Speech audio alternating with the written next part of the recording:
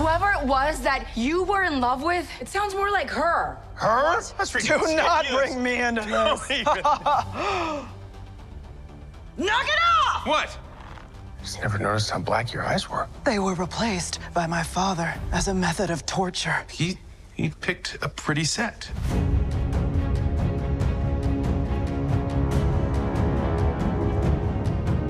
Guardians of the Galaxy Volume 3 is an action-adventure comedy movie. The cast consists of the same guys as Part 2, mostly.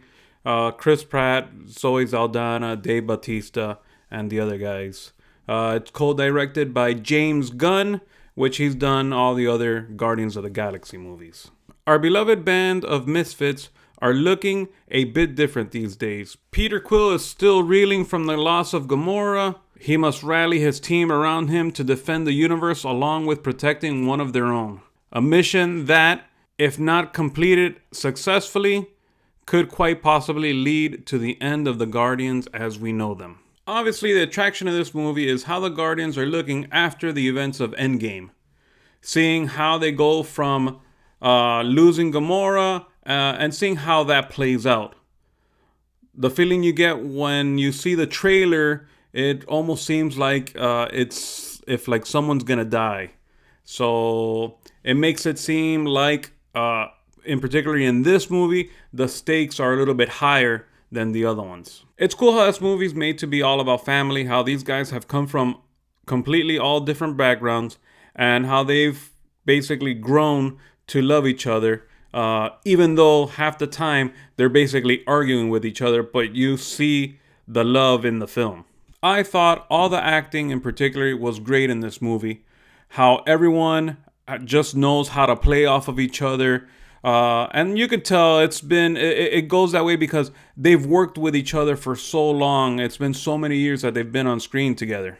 I thought, and I'm going to mess his name up, Chukwudi Iwuji. He was just okay as the High Evolutionary. I never thought, in the grand scheme of him being the villain, that he was menacing. Yes, did he say things that were? Oh boy, a whole bunch. But for me in particular, I just never thought that he was scary. And I don't know if it's probably because you brought out a villain like Thanos before, and then you bring out all these lower tier villains compared to him. And for me, just the movies just come out like if the villains are just meh. So in my opinion, they should have done a Rocket Raccoon Origins movie before releasing this movie, maybe on Disney Plus or something, because they really concentrated on his origin story. And I understand why they did it, especially since the High Evolutionary was the one that made Rocket. But if you do that with Rocket, then how about everybody else? You still need an origin story then for Drax. You would still need one for Nebula. And I don't know, I just feel you go this way and you're just going to have to bring up more origin stories. But now here's the thing, I don't know if that's the future of that Marvel's planning, especially doing this movie how it was. Honestly, when you're doing a movie about teams, I think they should just strictly concentrate on it being basically a team movie. And they kind of did it with this one, but I'm guessing they brought out Rocket's origin story to try to get people guessing like if he was going to die or something. I think that was the whole theme for them. So with a budget of $250 million on this movie, the visual and the special effects on the movie were great. They looked really, really good. And it was cool how they brought also Cosmo, which is the talking dog, along with other animals and aliens. And everything just worked. Everything looked really good.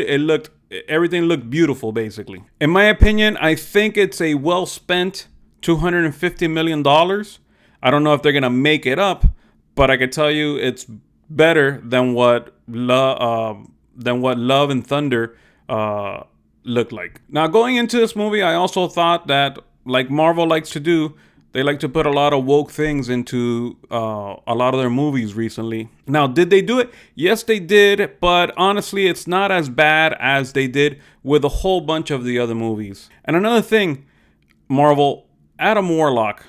Why? Why do what you did with Adam Warlock? Why do you guys mess him up? In the comics, he's this strong person with cosmic powers that could wield the Infinity Gauntlet, and he's very smart. But then here, he's basically Kenny from We Are the Millers. And honestly, seeing him on screen, I was like, who is that guy? That guy reminds me of somebody. And thank you. I can't get that guy's picture out of my head. So what you did with him was basically make him a dumb, strong 20-year-old that basically it always needs help from his mommy. So the High Evolutionary makes Adam Warlock basically look like a rag doll because he wipes the floor with him. But then in the final boss battle, basically, the Guardians beat the High Evolutionary with punches and kicks. Nothing really special. All in all, I would recommend you guys go watch this movie. I think it's the best Marvel movie out since Doctor Strange 2. And that Doctor Strange 2 was a little bit lower tier. Out of the 3 Guardians movies, I placed this one number 3. I think number 1 was the best one. I thought number 2 was okay. They're like even with this one. But still, I think Marvel still has a long way to go if they want to go back to their heyday to competing with movies like Iron Man and even Winter Soldier. Well, guys, thanks for watching. Don't forget to leave a comment. Let me know what you guys think. If you guys saw the movie, if you guys liked it, if you guys disliked it. Don't forget to like, don't forget to subscribe, and thanks for watching, and God bless.